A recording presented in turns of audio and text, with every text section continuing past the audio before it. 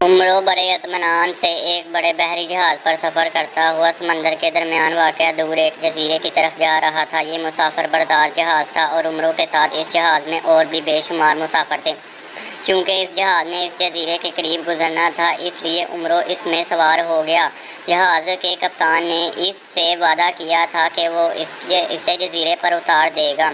اس جزیرے کا نام تو کوئی اور تھا، لیکن اس جزیرے کو سب لوگ بوڑھی جادوگرنی کا جزیرہ کہتے تھے، کیونکہ کہا جاتا تھا کہ پرانے زمانے میں اس جزیرے پر ایک بوڑھی جادوگرنی رہتی تھی جو بے ظالم تھی اور لوگوں کو زندہ جلا دیتی تھی۔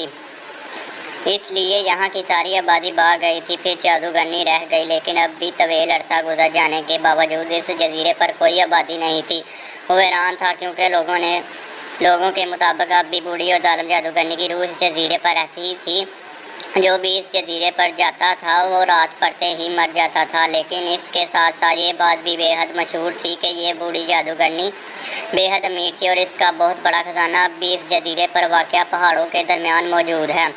بے شمار لوگوں نے وہاں جا کر وہ خزانہ حاصل کرنے کی کوشش کی، لیکن وہ سب پراسرار طور پر مر گئے۔ جب عمرو کو اس خزانے کی خبر ہوئی تو اس نے اپنی لالچی طبیعت سے مجبور ہو کر فیصلہ کر لیا کہ وہ اس جزیرے پر جائے گا اور وہاں سے خزانہ حاصل کرے گا۔ وہ عمرو عیار تھا، اس لیے وہ کسی جادوگرنی سے نہ ڈرتا تھا اور اب وہ خزانہ حاصل کرنے کے لیے اس بحری جہاز پر سوار ہو کر جزیرے پر جا رہا تھا۔ گویا جہاز کے سب مسافروں، حتیٰ کہ جہاز کے کپتان نے بھی اسے جزیرے پر جانے سے ڈرایا تھا، لیکن عمرو عیار نے کسی کی ایک کی نہ مانی تھی، کیونکہ وہ ہر صورت میں خزانہ حاصل کرنا چاہتا تھا۔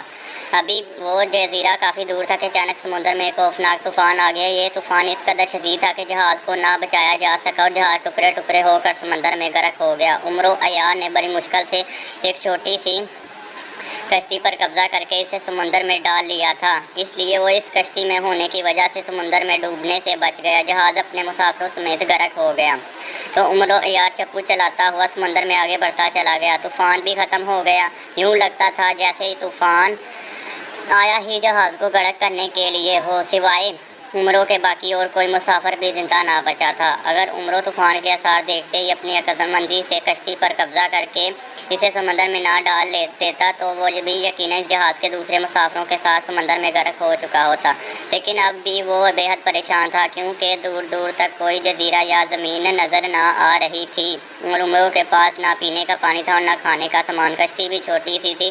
سب سے زیادہ بدقسمتی یہ تھی کہ اڑنے والی سنہری چپلوں کی میعاد بھی ختم ہو گئی تھی۔ یہ چپلیں 1 سال تک کام دیتی تھیں، پھر ان کی میعاد ختم ہو جاتی تھی تو انہیں 1 ماہ کے لیے رکھ دیا جاتا۔ 1 ماہ گزرنے کے بعد چپلیں دوبارہ استعمال ہوتی اور 1 سال تک کام کرتی، اس لیے سنہری چپلیں وہ گھر ہی رکھایا تھا، ورنہ تو اسے بحری جہاز پر سفر کرنے کی بھی ضرورت نہ رہتی اور وہ ان چپلوں کی مدد سے اڑ کر جزیرے پر پہنچ جاتا۔ عمرو کشتی چلاتا ہوا آگے بڑھا چلا جا رہا تھا کہ اچانک انسانی چیخی سنائی دی۔ عمرو نے چونک کر سر اٹھایا تو وہ یہ دیکھ کر حیران رہ گیا کہ دور سمندر میں پانی کا ایک ریلا فضا میں بلند ہو کر دائرے کی صورت میں گھوم رہا تھا اور اس دائرے کے اندر ایک بوڑھی اور بدشکل عورت دونوں ہاتھ اٹھائے اسے دیکھ رہی تھی۔ اس کے منہ کے دونوں کناروں پر 2 بڑے بڑے دانت تھے، سر کے بال لمبے اور دونوں بازو پر پھیلے ہوئے تھے اور اس کے جسم پر سفید رنگ کا لباس تھا۔ پہاڑ نظر آ رہا تھا۔ چیخوں کی آوازیں اس دائرے سے ہی آ رہی تھی۔ ابھی عمرو یہ دیکھ ہی رہا تھا کہ دائرہ اپنے کی طرف بڑھنے لگا اور پھر پلک جھپکنے میں وہ عمرو پر چھا گیا۔ عمرو کو یوں محسوس ہوا جیسے وہ پانی میں ڈوب گیا، لیکن چند لمحوں بعد اچانک اسے محسوس ہوا کہ وہ کشتی پر کھڑا ہے، تو اس نے حیرت سے ادھر ادھر دیکھا کہ وہ واقعی سمندر کی بجائے ایک جزیرے پر کھڑا ہے۔ وہ کشتی بھی غائب ہو چکی تھی اور جزیرے پر اسے دور سے وہی پہاڑ نظر آ رہے تھے جو اس نے پانی میں دیکھے تھے۔ عمرو نے حیرت بھرے لہجے میں کہا، یہ میں کہاں آ گیا؟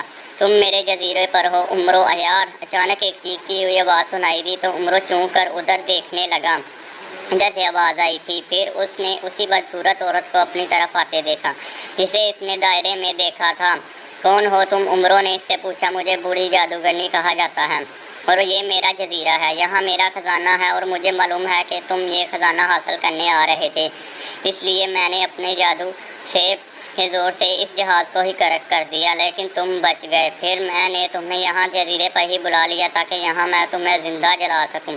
جادوگرنی نے کہا لیکن تم کیسے وہ بوڑھی جادوگرنی ہو سکتی ہو؟ جادوگرنی کے متعلق تو مجھے بتایا گیا ہے کہ وہ بوڑھی اور انتہائی بدصورت جادوگرنی تھی، جبکہ تم ابھی جوان ہو اور خوبصورت بھی کسی سے کم نہیں، خوبصورتی میں بھی کسی سے کم نہیں، تمہارے یہ ریشم جیسے لمبے لمبے بال، تم وہ ہو سکتی ہو؟ عمروں نے فوراً ہی اپنی عیاری شروع کرتے ہوئے اس بوڑھی جادوگرنی کی تعریف کرنا شروع کر دی۔ تو بوڑھی کے چہرے پر حیرت کے تاثرات اور آئے۔ تم مجھے خوبصورت اور جوان کہہ رہے ہو جب میری عمر 1000 سال ہے اور میں جادو کے زور پر زندہ ہوں، ورنہ کب کی مر کھپ گئی ہوتی، اور مجھے تو عورت اور ظالم کہتے ہیں؟ بوڑھی جادوگرنی نے حیرت بھرے لہجے میں کہا، جو کہتے ہیں وہ بالکل غلط کہتے ہیں، تم خوبصورت اور جوان بھی ہو۔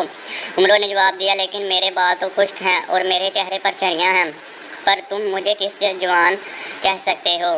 بوڑھی جادوگرنی نے کہا، معمولی باتیں ہیں، میں حکیم الحکمہ ہوں، دنیا کا سب سے بڑا حکیم، میرے پاس ایک ایسا نسخہ ہے کہ جس کے لگاتے ہی تمہارے بال انتہائی خوبصورت اور چمکدار ہو جائیں گے، تمہارے چہرے پر موجود جھریاں بھی ختم ہو جائیں گی، تمہارا یہ دبلا پتلا جسم بڑھ جائے گا اور تم اس قدر خوبصورت ہو جاؤ گی کہ پرستان کی شہزادی بھی تمہارے سامنے بدصورت نظر آنے لگ جائے گی۔ خواجہ عمروں نے اسے چکر دیتے ہوئے کہا کہ کیا یہ واقعی ہو سکتا ہے؟ بوڑھی جادوگرنی نے کہا تو عمرو دل ہی دل میں ہنس پڑا، کیونکہ اب اسے معلوم ہو گیا تھا کہ یہ بوڑھی جادوگرنی اس کی عیاری کے جال میں پوری طرح پھنس گئی ہے۔ ہاں کیوں نہیں، ابھی اس کا تجربہ ہو جائے گا، لیکن میری ایک شرط ہے، اور وہ شرط یہ ہے کہ تم یہ بتاؤ کہ تمہاری جان کس میں ہے؟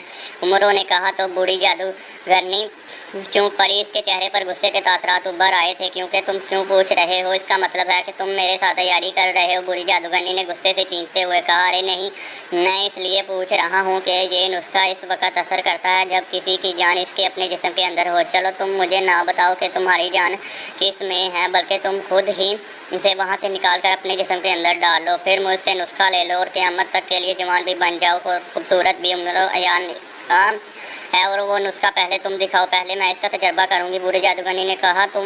عمروں نے زنبیل میں ہاتھ ڈالا اور روغن عیاری کی شیشی نکال کر ہاتھ میں پکڑ لی۔ لو کر لو تجربہ، لیکن اگے تمہاری جان جسم کے اندر نہیں ہے، اس لیے یہ نسخہ تمہارے جسم اور چہرے پر اثر نہ کرے گا، صرف ایک ہاتھ پر اثر کرے گا۔ لاؤ دکھاؤ اپنا ہاتھ، عمروں نے کہا تو بوڑھی جادوگرنی نے اپنا ہاتھ اس کی طرف بڑھا دیا۔ عمروں نے روغن عیاری کی شیشی کھولی اور روغن کے چند قطرے اس بوڑھی جادوگرنی کے بدصورت چہروں پر ہاتھ پر ڈال دیے، اور پھر شیشی بند کر کے اس نے اپنی واپس زنبیل میں ڈال دیا اور ان قطروں کو بوڑھی جادوگرنی کے ہاتھ پر ملنے لگ گیا۔ ساتھ ہی وہ دل ہی دل میں کہہ رہا تھا کہ اس بوڑھی جادوگرنی کا ہاتھ انتہائی خوبصورت اور جوان عورت کا ہاتھ بن جائے۔ روغن عیاری میں ہی یہ صفت تھی کہ اسے لگاتے ہوئے جو کچھ دل میں کہا جائے وہ فوراً پورا ہو جاتا تھا۔ چنانچہ وہی ہوا، اور دیکھتے ہی دیکھتے عورت کا ہاتھ جوان بھی نظر آنے لگا اور انتہائی خوبصورت بھی۔ بوڑھی جادوگرنی اپنا خوبصورت اور جوان ہاتھ دیکھ کر خوشی سے اچھل پڑی، وہ بڑی حیرت بھری نظروں سے اپنے ہاتھ کو دیکھ رہی تھی، جیسے اسے یقین نہ آ رہا ہو۔ اب تو یقین آ گیا یا نہیں؟ عمرو عیان نے مسکراتے ہوئے کہا، ہاں اب مجھے یقین آ گیا ہے، تم واقعی حکیم ٹھیک ہو، میں اپنی جان اپنے جسم میں ڈال لیتی ہوں، پھر تم مجھے جوان اور خوبصورت بنا کے اس کے بدلے میں تمہاری جان بخش دوں گی اور ہلاک نہیں کروں گی۔ بوڑھی جادوگرنی نے خوش ہوتے ہوئے کہا، بے حد شکریہ خواجہ عمرو عیان نے کہا۔ تو بوڑھی جادوگرنی نے اپنے دونوں ہاتھ فضا میں اٹھائے، پھر ایک مٹھی بند کر کے اسے اپنے منہ کے پاس لا کر، لو اب میری جان میرے جسم کے اندر آ گئی ہے، اب دو مجھے نسخہ۔ جادوگرنی نے کہا، ابھی لو، لیکن وہ تمہارا خزانہ کہاں ہے؟ وہ تم نے کہاں رکھا ہے؟ عمروں نے کہا، کیوں، تم خزانہ کیوں دیکھنا چاہتے ہو؟ بوڑھی جادوگرنی نے ایک بار پھر چونکتے ہوئے کہا۔ وہ بوڑھی مشکوک نظروں سے عمرو عیار کو دیکھنے لگی۔ مجھے خزانہ دیکھنے کا شوق ہے، اور پھر دیکھو میں تمہیں ہمیشہ قیامت تک کے لیے جوان و خوبصورت بنانا چاہتا ہوں، تم میری ایک چھوٹی سی خواہش بھی پوری نہیں کر سکتی؟ عمروں نے کہا، اچھا چلو آؤ میں دکھاتی ہوں تمہیں اپنا خزانہ، بوڑھی جادوگرنی نے کہا، اور پھر عمروں کو ساتھ لے کر وہ پہاڑوں میں گئی۔ وہاں ایک بڑے غار میں واقعی ایک بہت بڑا خزانہ موجود تھا۔ دیکھ لیا خزانہ؟ اب دو نسخہ، جادوگرنی نے کہا۔ عمروں نے زنبیل میں ہاتھ ڈالا اور خنجر سلیمانی نکال کر اس کی گردن پر مار دیا۔ بوڑھی جادوگرنی چیختی ہوئی نیچے گری، اس نے خنجر نکالنے کی بے حد کوشش کی، لیکن وہ خنجر سلیمانی تھا جس سے وہ کیسے بچ سکتی تھی، وہ کیسے نکل سکتا تھا؟ چنانچہ تھوڑی دیر بعد ہی وہ بوڑھی جادوگرنی تڑپ تڑپ کر مر گئی، اور اس کے ساتھ ہی ایک روتی ہوئی آواز سنائی دی، اور وہ آواز بوڑھی جادوگرنی کی تھی۔ وہ کہہ رہی تھی کہ عمروں نے اسے عیاری سے مار ڈالا، اس کے